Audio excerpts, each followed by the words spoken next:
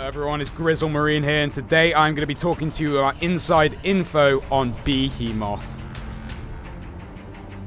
Now, of course, we've been introduced to the Goliath, we've been introduced to the Kraken, we have even had sneak peek previews of what's called the Wraith.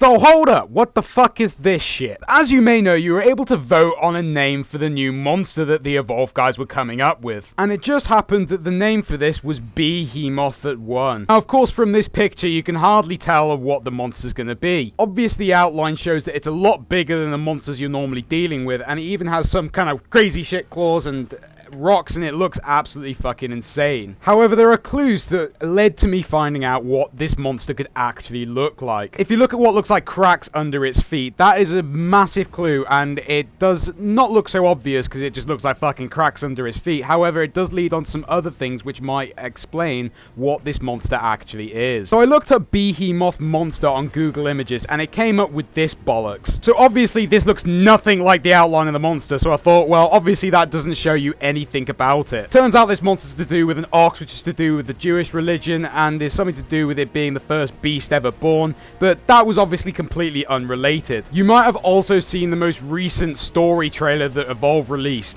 Obviously this is something that I was really interested in, and I'm sure you guys were as well.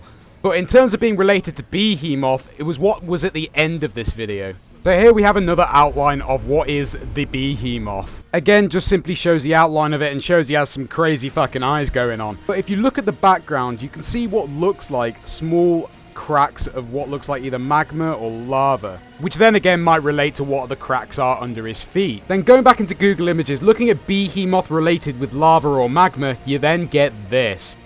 Now, quite clearly this is starting to look a lot more like the image or outline that Evolve has given us.